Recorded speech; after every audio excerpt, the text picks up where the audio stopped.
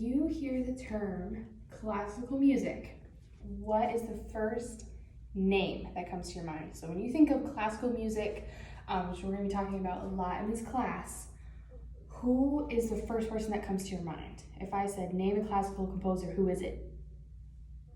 The first person for me is Beethoven.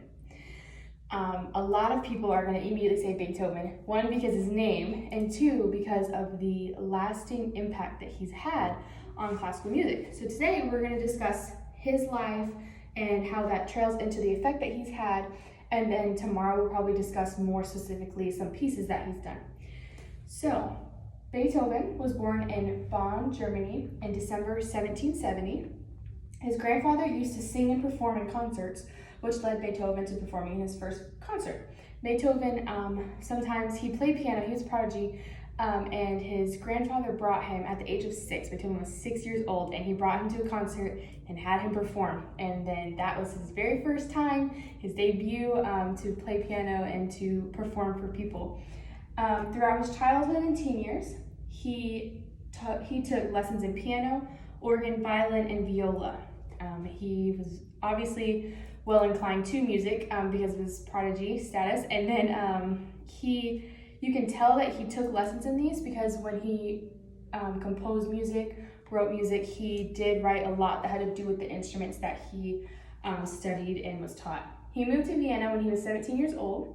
When he was 19, he was forced into the role as head of his household, and to make some money, he began teaching private lessons. There were some struggles with his father in the household, so he had to take the role and make the money for the family and take care of the other siblings that were in the house. Something that I studied and read about him that has always stood out to me, and I wrote it down, was throughout all of his struggles of taking care of his family, he was very determined on his path of music. As we've seen and learned from other composers in this class, being a musician isn't just lackadaisical, like, okay, we're gonna do this just because I want to. It takes a lot of drive and character because you're not gonna always want to practice. You're not going to want to do the labor that it takes to be a musician. So the quote was, "Music was his protection and his refuge, then and to the end of his days." You can definitely say that Beethoven was a musician till the very end. He was part of the later classical period, and he studied under one of the well-known early classical musicians, Haydn. Haydn was described as lackadaisical in his personality, and Beethoven was the opposite. He was described as earnest and always in a hurry, which you can definitely hear in his music sometimes. Beethoven was also praised for his ability in improv, which we have talked about some, we'll be talking about more. He was praised by Mozart for improv, actually. Regarding pianoforte, or piano, which is really specific to the course that we're taking, Beethoven was described in Vienna as Lord or giant. He played with power and captured tone in his pieces exquisitely. So on the board that we have, I have three papers that have to do with the Pathétique, and I played that for my senior recital in college. Pathétique is a very well-known, dynamic, big piece that he did. So I have the first three pieces. This first page right here is called his grave section, and Pathétique is with passion, and there's like a sadness to the beginning of this grave section. It's very painful and emotional.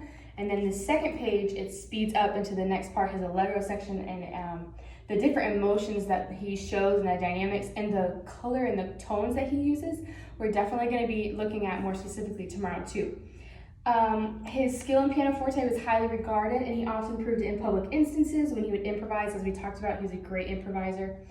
Some other pieces that we're going to be discussing are the Moonlight Sonata, the Waldstein, and we talked about the Pathétique already.